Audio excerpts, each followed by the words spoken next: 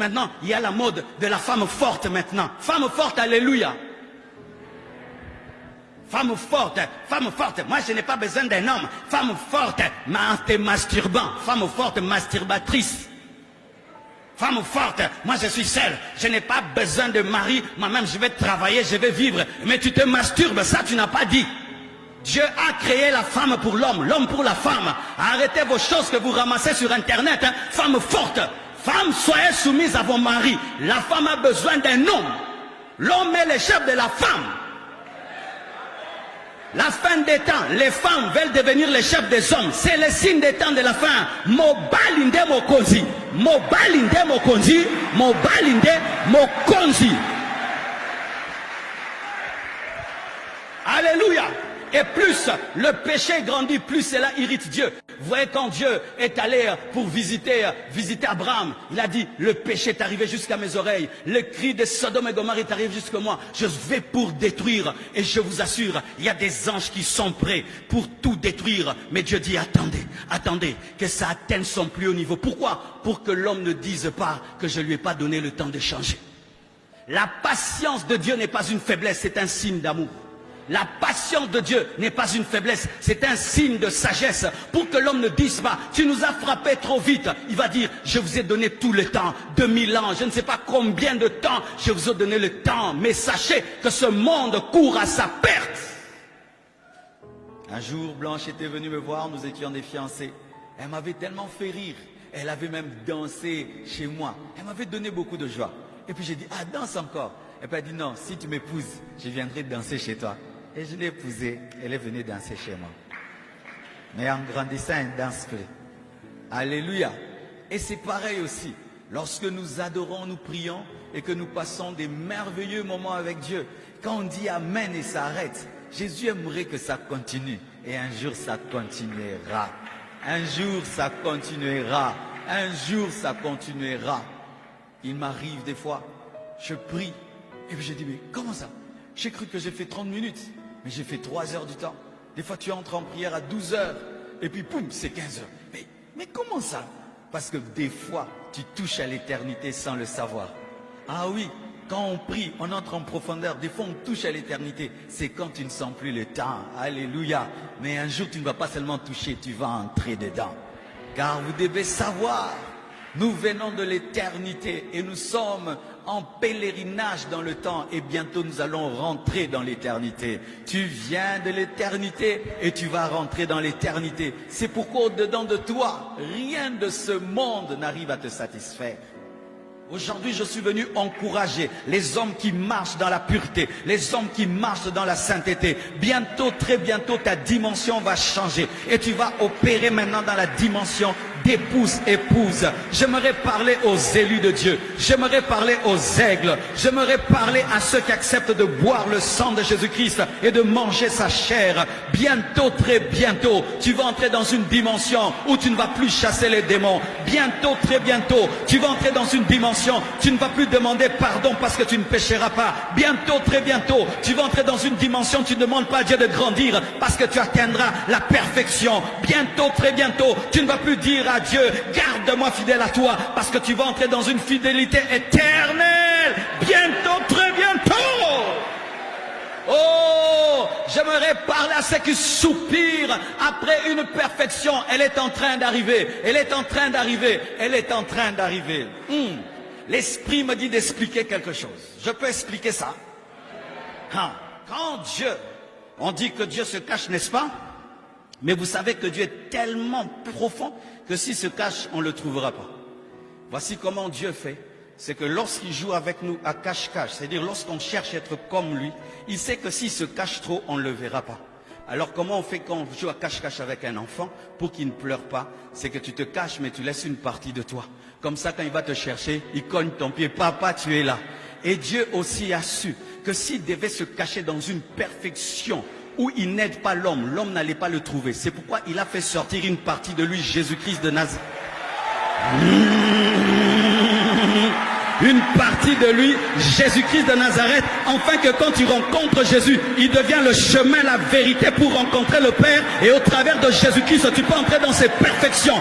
Jésus est venu pour t'aider à voir Dieu. Personne ne l'a vu, mais Jésus l'a vu, et Jésus peut te permettre de le voir. Aucun homme ne peut entrer dans la présence de Dieu sans le sang de Jésus, et le sang de Jésus va te couvrir. Aucun homme ne peut entrer dans la présence de Dieu sans la justice de Jésus, et Jésus va prendre sa justice, il va te couvrir, et il va dire: Père, ne le regarde pas, regarde-moi, c'est ma femme, c'est ma femme, c'est ma femme. De la même manière qu'une femme porte le nom de son mari, nous porterons le nom de Jésus, et lorsque le Père nous regardera, il ne nous verra pas, mais il verra son Fils. Donne-moi la main, donne-moi la main. Dis à ton voisin: j'entrerai. Oui, aujourd'hui dis: j'entrerai. J'ai trop dit: tu n'entreras pas. J'entrerai. Dis: j'entrerai. Dis: j'entrerai. Jésus va m'aider. Jésus va m'aider. Le Saint-Esprit va m'aider. Dieu va me travailler. Dieu va me changer. Je suis sincère. Je suis sincère. Et Dieu ne va pas me laisser. Dieu va m'aider. Dieu va m'aider. Donne-moi la main. Lorsque Lot devait sortir de Sodome et Gomorrhe et qu'il tardait, on l'a aidé. On l'a tenu par la main et on l'a fait sortir. Et le Saint-Esprit t'aidera. Il t'aidera. Il t'aidera. C'est pourquoi l'Église connaîtra un réveil avant l'enlèvement. Vous savez cela. Il y a la première pluie et il y a la seconde pluie. La seconde pluie vient enfin d'aider l'Église. Je peux parler. Il y a des mariages sur la terre qui étonnent. On voit un enfant de riche qui épouse une fille pauvre. Mais ça, c'est rien du tout. C'est le multimilliardaire des milliardaires et des milliardaires et des milliardaires des milliardaires. Il possède le soleil, la lune est à lui, les étoiles sont à lui, les fleuves sont à lui et il t'épouse. Maman. Famille est bongi. Non, vie éternelle est bongi. J'aimerais te dire que le multimilliardaire va t'épouser. Maman, le multimilliardaire va t'épouser. Tu vas vivre chez lui. Tout ce qui est à lui sera à toi. Les étoiles sont à toi. Le soleil est à toi. Comme le soleil est à lui, directement le soleil est à toi parce que c'est une communauté de biens.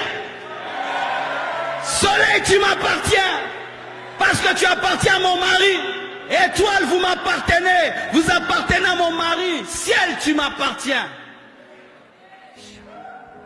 Tu ne seras pas au ciel comme un locataire, mais comme un propriétaire. Oui, tu ne seras pas au ciel comme un locataire, mais comme un propriétaire. Tu marcheras sur l'or. Tu marcheras sur le diamant. Imaginez ce jour-là. Tous les chrétiens ressuscités, assis sur une même table. Une table de milliards de personnes, une table. Où serais-tu à cette table-là? Certains seront à gauche et à la droite de Jésus. Imagine une longue table comme ça. Toi, tu es à la droite et à la gauche de Jésus. Et tu peux lui dire, vraiment, c'est trop bien préparé. Quel privilège. Tu auras un corps qui brille. Et tu verras Jésus comment il est.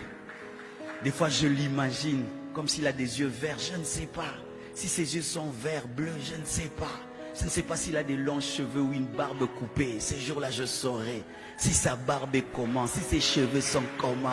Je saurais s'il était grand de taille ou mince. Je saurais tout ça parce que les films m'ont trop dit. Mais ce jour-là, je saurais. Ce jour-là, tu verras Michael comme il est Gabriel. Gabriel. Alléluia. Et je me te choquer, tu vas briller plus que Gabriel. Tu vas briller plus que Michael. Oh, ton corps glorieux sera plus glorieux que Michael parce que Michael aura le corps du serviteur, toi le corps de l'épouse. Oh, donne-moi la main, donne-moi la main. Donne-moi la main. Tu vas marcher sur le diamant. Tu vas vivre dans une ville qui n'est pas éclairée par la snelle, mais qui est éclairée par Dieu lui-même. Tu n'auras pas besoin d'aller dans un temple parce que Dieu lui-même sera le temple. Là-bas, il n'y aura pas de pleurs, il n'y aura pas de deuil, il n'y aura pas de grincement de dents. Là-bas, il n'y aura pas de maladie. Congolais, donne-moi la main. Moi, vraiment, je vais apprécier le ciel. Il n'y aura pas de caniveau. Il n'y aura pas de wewa. Il n'y aura pas d'embouteillage. Il n'y aura pas de coupure de délestage.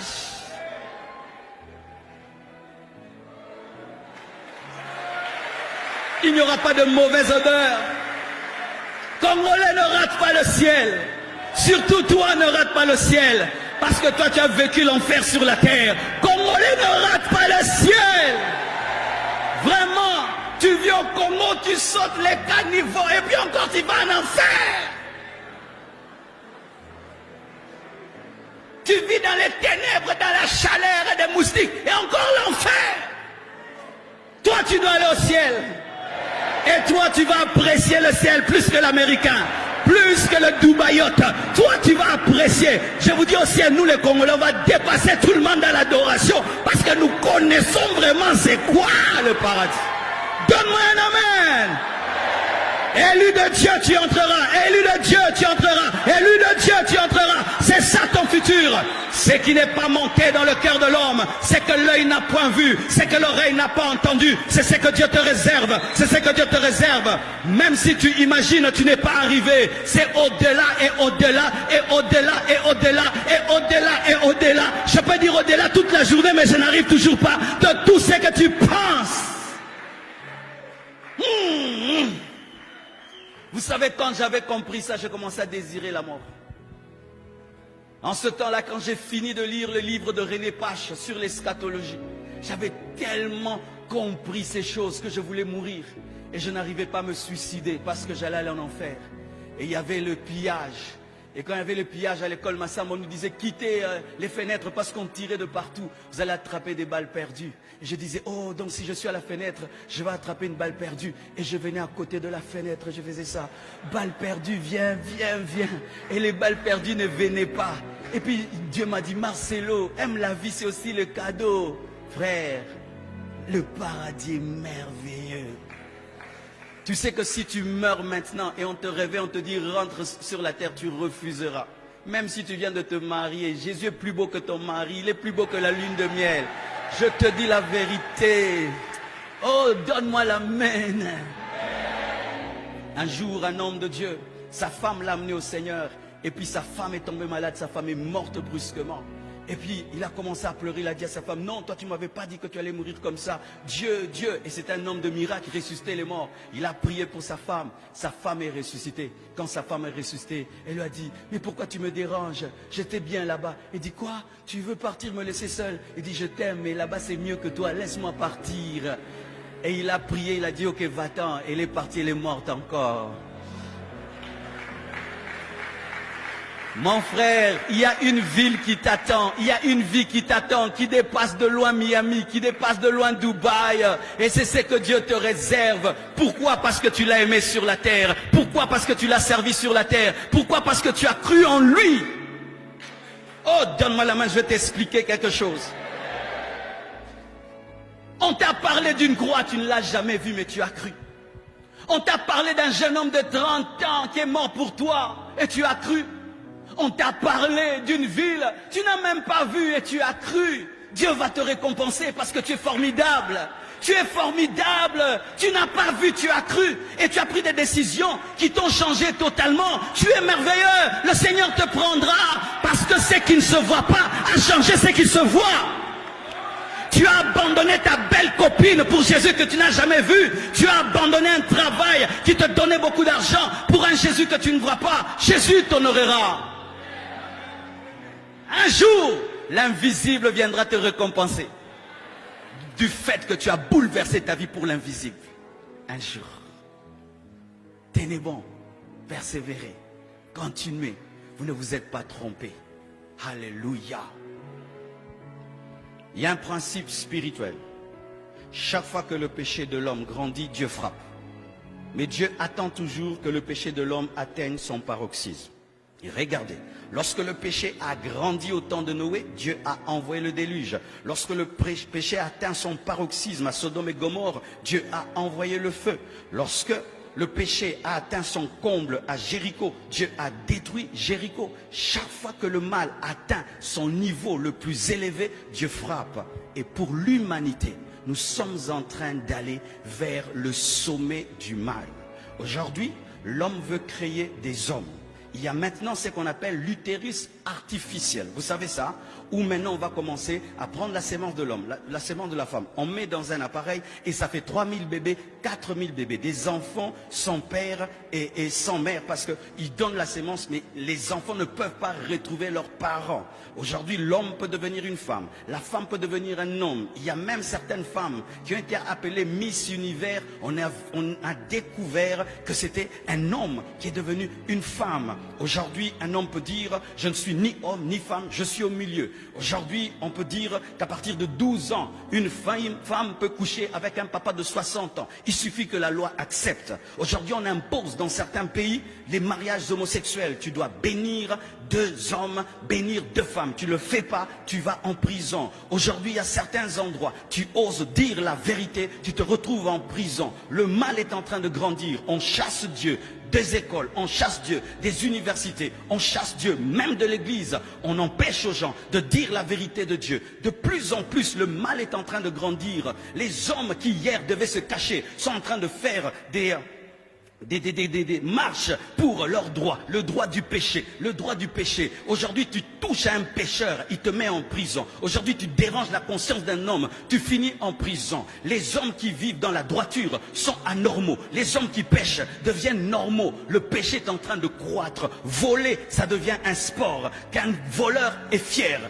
Notre fils, c'est un grand voleur. Regarde, vraiment, il vole beaucoup. Aujourd'hui, le mal grandit. Et quand le mal va atteindre son plus haut sommet, Jésus viendra. C'est comme un biberon. Lorsqu'un biberon n'est pas encore très mûr, on ne le fait pas éclater. Mais lorsqu'il atteint son plus haut niveau, il faut le percer. Il en est de même avec le péché. C'est un biberon qui fait que grandir. Et la puanteur de ce biberon commence en Occident. Tu vas en Occident, des fois, il y a des choses que tu ne comprends pas. Tu te dis, vous êtes intelligent, vous faites des gratte-ciel, vous faites tout. Mais comment vous ne comprenez pas que ça c'est le mal? Il y a des gens qui épousent un arbre, ils épousent un chien, ils meurent, ils laissent l'argent au chat.